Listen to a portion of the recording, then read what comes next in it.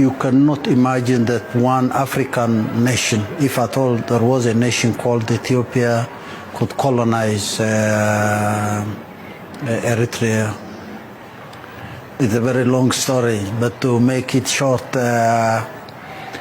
yes, it was colonialism by proxy. Ethiopia came into being early 19th century, early 20th century actually.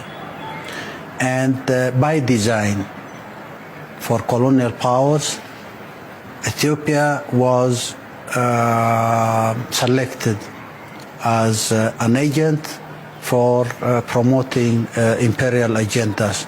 This ideology was later on developed to be called the Nixon Doctrine, where imperial powers had to find agents to do their job on behalf of them.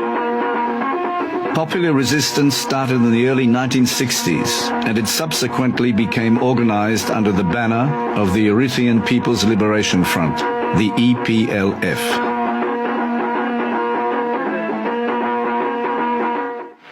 Feudal backward Ethiopia does not have the criteria of a colonial power.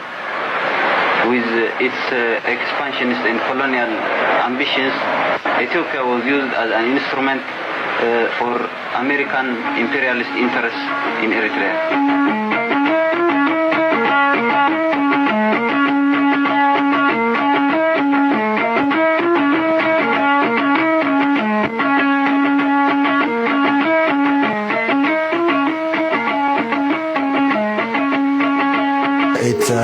That's where the philosophy comes.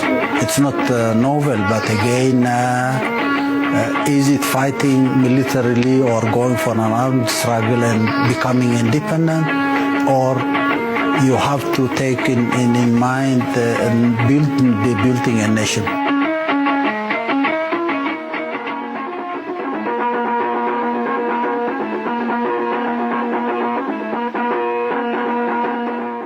PLF, I can say, was more or less a mini government, because we had, health department, which was really doing fantastic work during the struggle, including very complicated operations.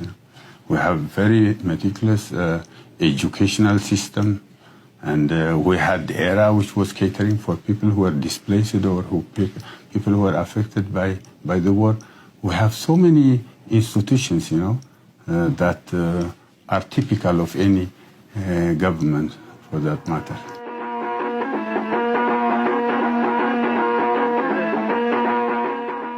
The Eritrean Liberation Front is exceptional in one particular regard. They took traditional cultures very seriously. That is to say, in order to mobilize people, you must first understand their social organization, their social structure, if they are stratified, who is on top, who is the downtrodden, their economy, their customary laws, their institutions, all of that.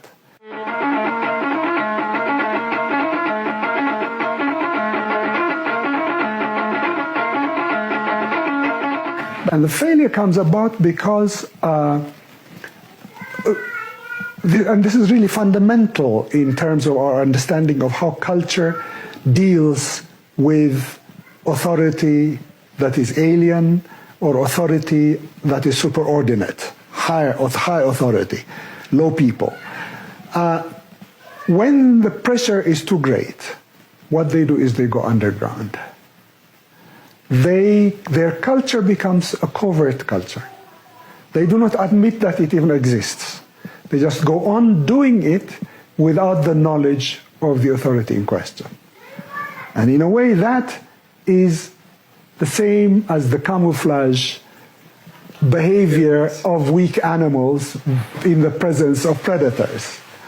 They can actually disappear in the background and they're not there. They're no longer offensive, nor are they a threat. And so that's what happened. But one of the positive things of the Eritrean People's Liberation Army was there was this kind of conscientization, the consciousness raising, to demystify the deep-rooted attitude that women are docile, women are could not do anything, women can join any front if need be. That was the motto. And the male was also given kind of lessons together that, yes, there is an area that they could do, but the woman can also join and perform it equally. So that kind of this demystifying and consciousness raising was the basic thing. Besides, when after giving the basic training, when assigning people, the female and male population, have been involved in the activities, and at that time we were working hand in hand. We were treating our injury cases as well as we were treating our patients. Not only treating, but given in the prevention aspects, we were given health education, vaccination, and so on. So we were an army at the service of the population. Yes. So the result of that, it is we can look at by now that we have achieved some of our goals.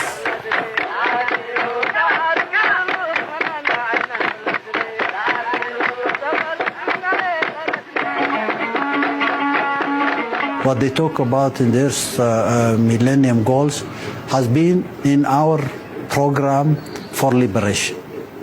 If you go back to see the program of the EPLF for liberation, you will have the substance of the program is similar or more or less similar to the so-called Millennium Goals.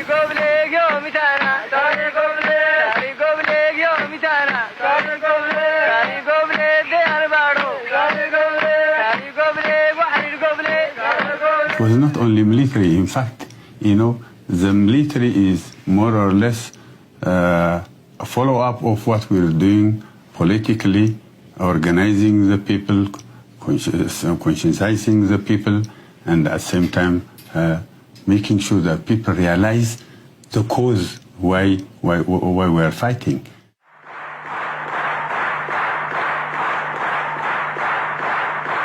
In 1974, Emperor Haile Selassie was overthrown. The USSR entered into the imperialist game and supported the new Ethiopian regime. The repression of the Eritrean people toughened and became increasingly violent. But the EPLF continued the armed struggle, at the same time as maintaining its revolutionary objective, aiding, curing, and educating the population, with a view to constructing a new society.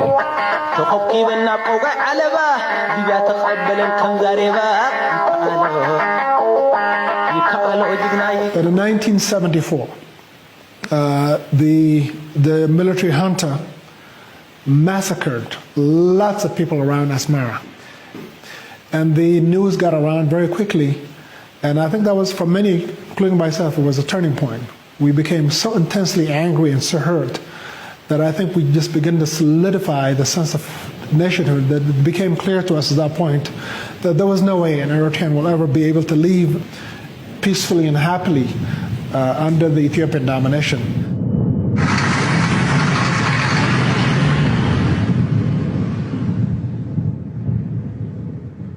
So, yeah, women are peaceful, women are peace-loving and nurturing, but if they are committed to peace, to those who love them, to those who adore them. Soucieux de ne pas dépendre éternellement de l'aide extérieure, le FPLE a déjà atteint l'autosuffisance sur le plan médical. Il dispose déjà de nombreux cadres de valeur. Quand j'ai fini mes écoles primaires et secondaires à Addis Ababa, j'ai eu l'occasion d'avoir une bourse pour aller en Bulgarie par le gouvernement éthiopien. Et aujourd'hui, vous vous battez contre les soviétiques? Oui, contre les soviétiques, contre les Éthiopiens et ceux qui aident les Éthiopiens. C'est-à-dire les soviétiques. So many women before us as Eritrean women have joined in the Liberation Army, be it in the Vietnam, Zimbabwe in Africa, South Africa also. But the difference that we as Eritrean women put was that we were in the front line. We really fought the Ethiopian soldiers, and what the Ethiopian soldiers said at that time was, God give me mercy from the Eritrean woman fighter.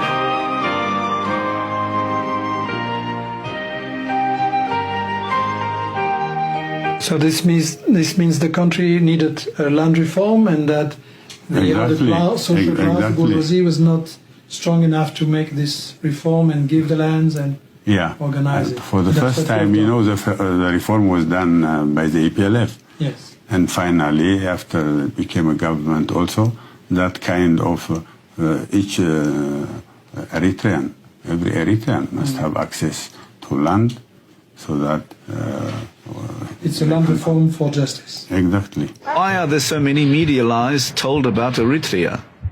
Quand j'entends les médias dire que l'Érythrée c'est un pays épouvantable, qu'il n'y a aucune démocratie, ça me rappelle ce qu'ils ont déjà dit sur une série d'autres pays avant pour les diaboliser. Chaque fois qu'un gouvernement essaye de suivre une voie indépendante de la Banque mondiale, du FMI, des multinationales, chaque fois qu'il décide de servir les intérêts de son propre peuple, il va se retrouver diabolisé.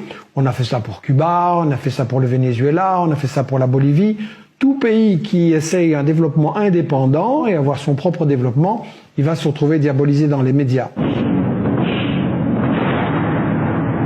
Early 90s, after 91, in 93, immediately after that, 1 year or maybe 2 years, a World Bank delegation was here. And they said they would like to write us a country program inclusive of development programs, health, education, infrastructure, water, energy, what have you. And we said, why can't we write our program? They said, that is a no. No one in Africa has written a country program. The World Bank has the authority and it writes the program of everybody else. How can the World Bank know my needs in my house, in my country?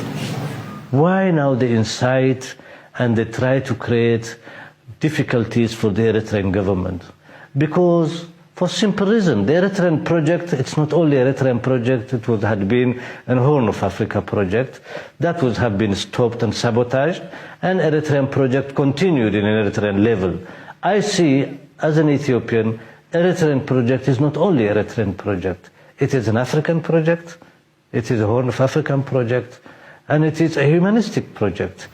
And so when Eritrea says we'll be self-sufficient, don't look at it as if it's arrogance. I think this mentality from Europeans and Americans is, you're poor, you're no good, we will feed you. That has to change. If anybody says, listen, yes, I am poor, but I want you to help me help myself, it should be respected. And I think Eritrea is that kind of country. And that's where many of these conditionalities from the World Bank and the IMF are not conditionalities that have come from the skies. These are conditionalities dictated by special interests. One of the reasons, apart from the vision of Eritrea have about 1,300 kilometer coast in the Red Sea. Opposite of Saudi Arabia, Yemen, down until the Bab el-Mandab. Second, Eritrea have more than 300 islands. United States wants a lot of military bases. It have military bases in Djibouti because of its position, but also because of its resources now it is discovered in Eritrea. And having also now a lot of wells in the ground and the Indian Ocean like gas and oil.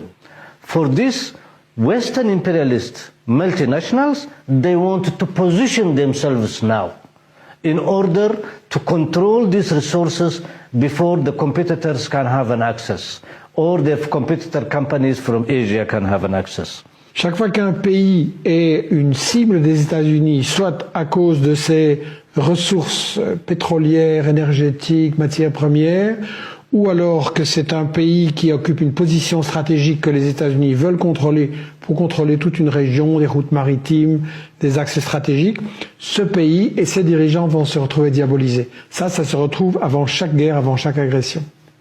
For me, it's very simple. I know the guys, I know them individually, I at least know who pays them, how they make their earning, how they earn their living, and whom they serve. If they are coming to serve Mr. Soros, that's a different story. If they're coming to serve me, serve the people in the continent, then that's another story. That's the other side of the story. Il y a derrière les infos qu'on nous donne des choses qui ont été préparées par des experts en communication. En anglais, ça s'appelle psyops, des experts en manipulation psychologique de l'opinion.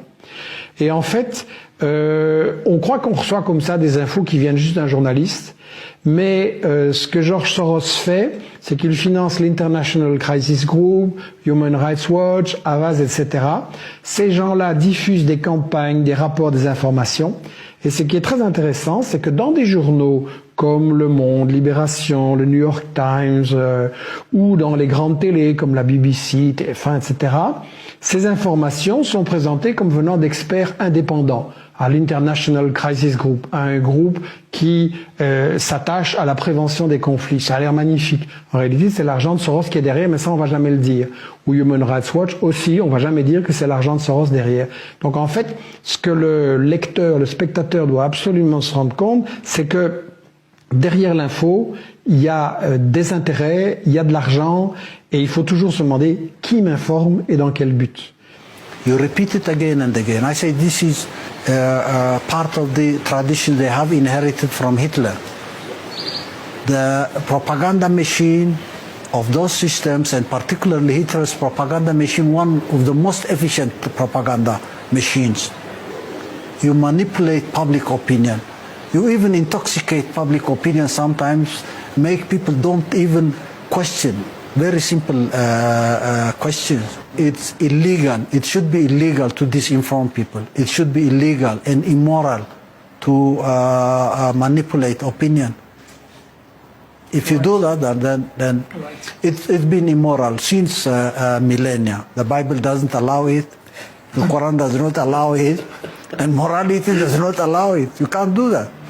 Quand les médias et les gouvernements parlent de l'Érythrée, je reconnais tous les symptômes de la préparation d'une agression.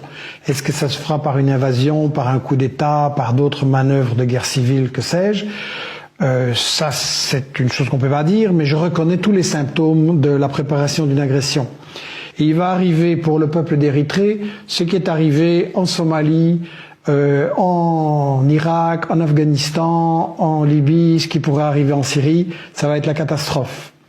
Ou bien on se rend compte que, en fait, on doit laisser les peuples décider eux-mêmes quels dirigeants ils veulent, quel système social ils veulent, à quoi ils veulent consacrer l'argent de leur richesse, et on doit laisser les peuples vivre en paix et se déterminer eux-mêmes sur ce qu'ils veulent. Because the majority of the Eritrean people are united toward their government and united toward their vision. My understanding as an Ethiopian, and this film can contribute a lot, not only to educate and create a solidarity with the Eritrean people there, but also to educate the peoples of the Horn of Africa.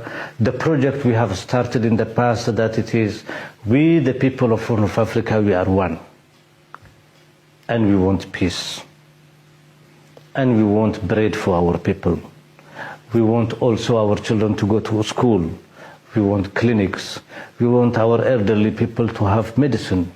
We want peace. We are tired. We are asking the international community, if it exists, give us a chance, give a peace. Please don't intervene in our affair. Let us alone. Let us manage alone.